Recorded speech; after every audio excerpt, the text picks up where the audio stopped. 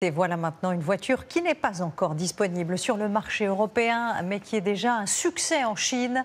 On connaissait les voitures hybrides, des voitures thermiques avec une petite batterie électrique. Eh bien là, c'est l'inverse.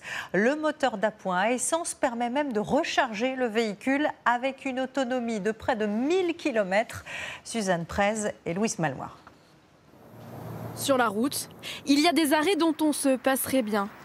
Je suis en train de recharger ma voiture. J'ai fait Lyon, Clermont-Ferrand et je suis revenu. Je dois être à 10 recharges. Ouais. Pas assez d'autonomie. Et si nous vous disions que rouler 1000 km sans s'arrêter sera bientôt possible? 1000 km, ça me va bien.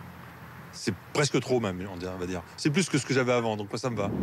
Tant mieux, car cette révolution arrive tout droit de Chine à 13 000 km de là, grâce à cette voiture électrique.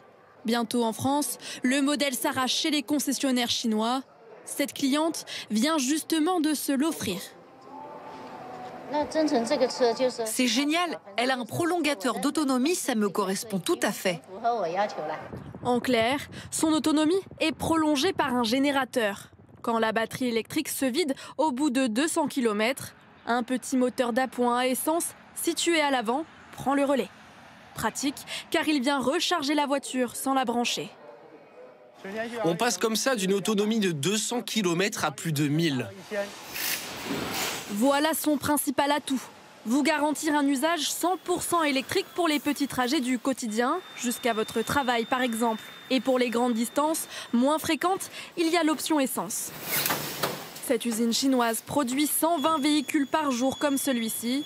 Ce type de voiture est de plus en plus prisé. La marque a doublé ses ventes l'an dernier. Elle est différente des voitures thermiques ou des hybrides. C'est une vraie innovation dans l'industrie.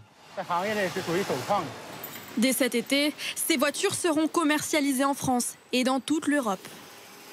C'est pas une technologie nouvelle, puisqu'elle elle existait en Europe déjà il y a une quinzaine d'années, mais elle n'a pas été développée par les constructeurs européens, notamment parce qu'il y a eu une réglementation qui interdisait les véhicules, tout autre véhicule que les véhicules électriques à horizon 2035. Contrairement aux Chinois, les constructeurs européens ont donc arrêté d'investir dans cette technologie. En attendant, en France, certains se réjouissent déjà de l'arrivée de ces modèles. Prix de départ, 37 400 €.